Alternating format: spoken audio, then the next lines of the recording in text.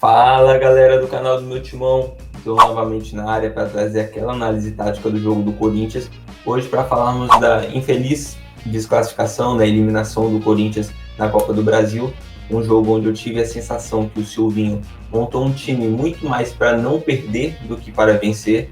Só que vale lembrar, né, que o Corinthians já entrava com resultado adverso, já entrava com 2-0 para o Atlético Goianiense, né? Então, dessa forma, o Corinthians precisava fazer pelo menos 2 gols ou 3 para se classificar direto, né? E aconteceu que a gente viu um time muito mais conservador, um time muito mais organizado defensivamente do que ofensivamente. É claro, né, o Corinthians também não adiantava nada tomar um gol, assim a classificação ficaria mais longe ainda, mas tinha que arriscar um pouco mais e eu acredito que vocês também tiveram a sensação que ofensivamente o Corinthians foi um time muito pobre de ideias, muitos cruzamentos. Então eu vou mostrar na mesinha tática. Então antes de mais nada, se inscreva no canal, deixe seu like, deixe aí nos comentários o que você achou da partida do Corinthians, beleza? Então bora pro vídeo, vai ter muito conteúdo tático aqui, bora! Bom, galera, para começar, eu precisaria falar também do sistema defensivo. Como eu falei, eu vi um Corinthians bem organizado defensivamente. É claro que o Atlético não oferecia muito perigo, porque, como eu falei, jogava com regulamento debaixo do braço. Então, para eles, o 0-0 bastava. Então, eles não queriam correr muitos riscos, né? Mas, de qualquer forma, eu vi um Corinthians muito organizado. E, principalmente, aos 33 segundos, né? Início de jogo, vocês já puderam ver o Corinthians pressionando o alto Atlético Goianiense e ganhando o escanteio. Vocês podem ver aí nessa imagem, né? Uma pressão onde o Luan, ao mesmo tempo que ele vai no Fernando Miguel, ele corta a linha de passe do zagueiro. O Rony, mesmo que longe, ele já estava chegando ali no outro zagueiro, fazendo uma pressão por encaixes individuais. E a mesma coisa que o Mosquito, que fecha no Karius, né, o lateral esquerdo do Atlético Goianiense. Então o Corinthians pressionando alto e ganhando escanteio logo com 35 segundos de jogo. E essa pressão, ela se estendeu por grande parte do jogo. Vocês podem ver aí nessa imagem o Gabriel marcando um volante, o Arauz no lateral direito do Dudu, o Rony no outro volante e o Luan fechando o zagueiro, ou seja, uma pressão por encaixes individuais no lado da bola, né? E aí essa pressão resultaria nessa imagem, que é o Cantillo roubando a bola. Então a importância do Cantillo nesse jogo, né, foi vigiar, ao mesmo tempo proteger a linha de 4 defensivos, né, Bruno Mendes, João Vitor, Gil e Lucas Piton, e ao mesmo tempo também cobrir essa linha de 4 que ficava atrás do Luan, né, que a gente pode falar Mosquito, Rony, Gabriel e Arauz. E a pressão do Corinthians era num 4-1-4-1, com o Cantillo tendo essa obrigação de, como eu falei, não só proteger a linha de 4 defensiva, mas também como cobrir. E o Cantillo fez isso muito bem. Eu achei um dos destaques positivos do Corinthians na partida de ontem foi a partida tanto ofensiva quanto defensiva do Cantillo, onde ele conseguiu interceptar muitas bolas, onde ele conseguiu interceptar bolas no campo do adversário, né, no campo de ataque do Corinthians, no caso. Então teve uma participação fundamental. Essa pressão no 4-1-4-1, vocês podem ver nessa imagem aí, que não era só na pressão alta, a pressão bloco médio também funcionava no 4-1-4-1, onde tinha uma linha de 4 aí, né, como eu falei, Mosquito, Rony, Arauz e Gabriel, o Luan mais avançado, e aí a importância do Cantillo ali, né, circulado de vermelho, cobrindo essa linha de 4 e também protegendo a linha de 4 defensivos, né? Já que o Silvinho fala que domina essas linhas de 4, é muito importante então a participação do Cantillo, né, nesse sentido, para dar compactação ao time, para proteger a linha do meio campo e também a linha de zaga. Bom, galera, agora eu quero falar com vocês dessa imagem aí que está aparecendo para vocês na tela, é o Luan fazendo meio que um símbolo de 2, né?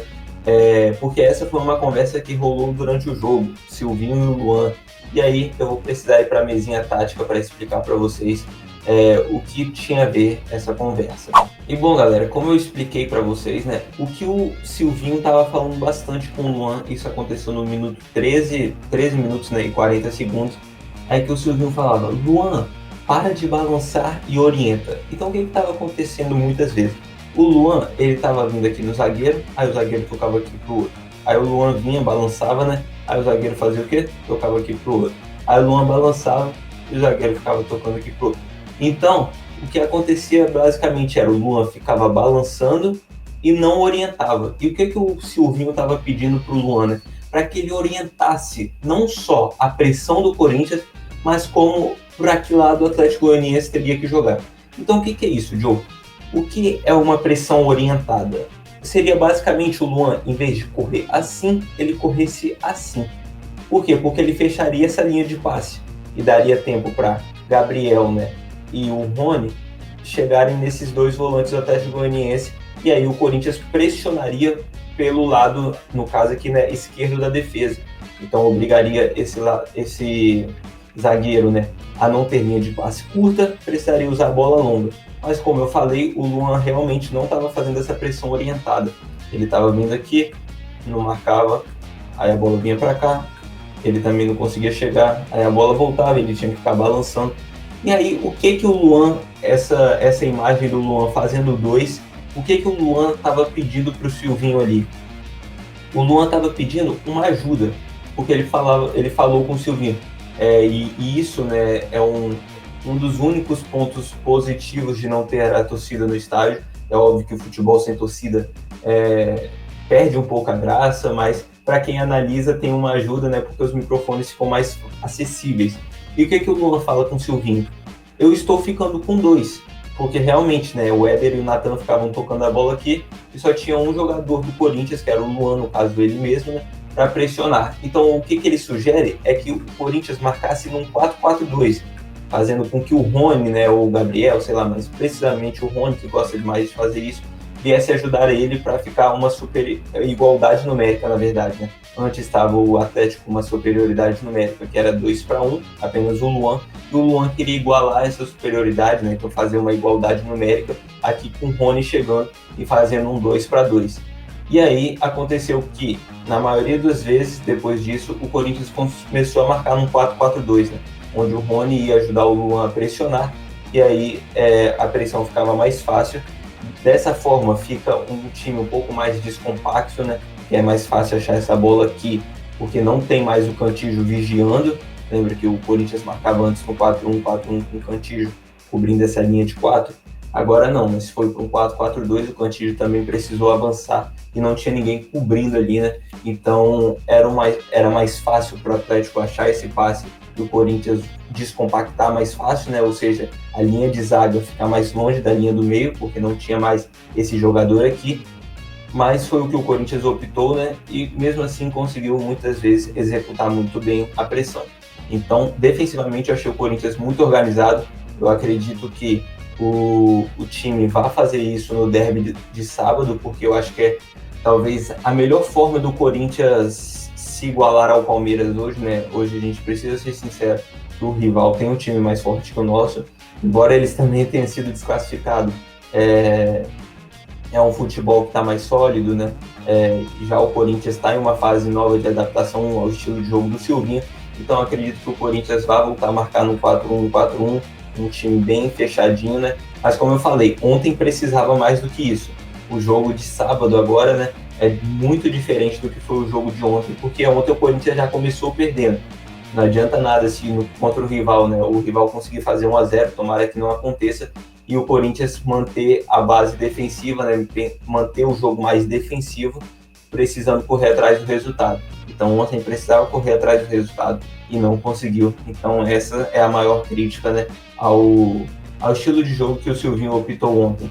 E deixa eu fazer uma correção aqui, não era o Fagner, né, galera? Até um cartãozinho vermelho aqui, era o Bruno Mendes aqui. A mesma coisa que era o João Vitor e não o Raul Gustavo. Porque eu usei essa mesinha no pré-jogo tático de ontem, onde eu expliquei, né, o Corinthians do primeiro jogo contra o Atlético Goianiense. Então, caso você não saiba, pré-jogo tático todo dia no dia do jogo. Sábado tem eu e a Bia novamente. Então, apresenta aqui minha mesinha tática e eu falo como o rival joga. Então, colhem aí no sábado, porque vai ter um conteúdo bastante legal. Bom, galera, como eu falei, defensivamente o Corinthians fez uma partida organizada. É claro que a prova de fogo, né, é no sábado, onde o Corinthians vai enfrentar o rival. Então, aí é a hora de mostrar que o sistema defensivo está realmente pronto. Mas ofensivamente o time ficou muito pobre de ideias. Basicamente era jogar no Mosquito e esperar que ele fizesse alguma magia, né, alguma mágica. E aconteceu que o jogo do Corinthians ficou muito manjado. O excesso de cruzamentos é algo que me assustou muito. 55 cruzamentos, onde apenas 8 foram certos. Se você juntar o primeiro jogo da Copa do Brasil com o de ontem, né, no caso o segundo jogo, o Corinthians cruzou 86 vezes e acertou apenas 16 cruzamentos. É um número, assim, bastante assustador, né? E o Corinthians muitas vezes jogava numa forma de U, o que resultou, e vou mostrar para vocês, né, nos inúmeros cruzamentos. Então bora lá para a mesinha tática para a gente fechar. Bom, galera, então para finalizarmos, o porquê de tantos cruzamentos? Muito por um jogo no formato de U. Aparecendo esse mapa de calor aí para vocês, é da créditos, né, para o Footstats, que é uma página muito legal, um site muito legal, né, de estatísticas de futebol. E vocês podem ver aí o mapa de calor de ataque do Corinthians meio que no formato de um U. E quando o Silvinho chegou ao Corinthians, eu fiz um vídeo aqui falando sobre como jogava o Lyon do Silvinho, e eu falei que esse era o maior problema do Lyon do Silvinho, esse formato de U, né? Então, o que é o formato de U? O formato de U consiste num estilo de jogo muito conservador, né? O Arauz tocar para o Lucas Piton, o Lucas Piton tocar para o Gil tocar para o João Vitor, o João Vitor tocar para o Bruno Mendes e o Bruno Mendes tocar para o Mosquito. A bola faz um formato de U, né? Onde vocês podem ver aqui, começa no Arauz, ela roda assim, uma posse que a gente chama de inútil, né? Fazendo um U, e o Corinthians não conseguia jogar essa bola pelo meio. Para ficar mais claro, né, eu estou tentando evoluir em alguns quesitos de análise, e ontem eu reparei em todos os passes dos zagueiros do Corinthians, né? E aí o destaque vai para o João Vitor, que ele conseguiu achar muitas vezes esse passe no Mosquito aqui, ele achou essa bola no Mosquito 10 vezes, mas o Gil tocou para o Lucas Piton esse passe aqui, né, que a gente chama um passe inútil, 24 vezes, ou seja, um passe que não faz o time progredir. E o destaque aqui para o João Vitor, que achou 10 passes no Mosquito e achou 11 no Bruno Mendes, né? Um número bem mais equilibrado do que o Gil, que achou 26 no Piton e 4 no Arauz, por exemplo. E fazendo o Corinthians, né, jogar muitas vezes no formato de U, jogada muito pelas laterais, ninguém na área, o Corinthians abusando de cruzamentos, né, porque não conseguia jogar essa bola por dentro.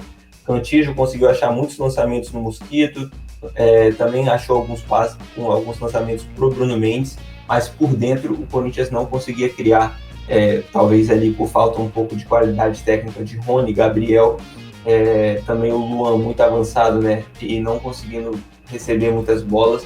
Então acredito que esses fatores, né, tenham culminado nos vários cruzamentos do Corinthians, um número bem assustador, para falar a verdade. Então é isso, galera, o vídeo de hoje, onde eu apontei o sistema defensivo do Corinthians, principalmente a marcação-pressão, né, que é um destaque positivo. O segundo ponto foi essa conversa entre o Luan e o Silvinho, onde eu mostrei na mesinha tática o que vinha acontecendo, né. E o terceiro ponto, né, o porquê de tantos cruzamentos, e também mostrei, né, o jogo bem em formato de U, uma posse de bola muito inútil do Corinthians, né, onde não conseguia assustar o Atlético Goianiense. Então, galera, esse foi o vídeo de hoje, sábado. Eu espero vocês no pré-jogo tático, onde eu vou abordar como o rival joga, alguns caminhos para o Corinthians conseguir vencer e quem sabe, né, o Silvinho conseguir aí uma vitória, um jogo onde daria muita confiança. E é isso, espero que vocês tenham curtido o vídeo. Esse novo formato aqui a gente ainda está se adaptando, eu estou me adaptando, então pode ser que eu demore mais 1 ou 2 vídeos, né, nessa questão da adaptação, mas está ficando bem maneiro, então espero que vocês tenham curtido. Valeu, fiel, tamo junto, é nóis!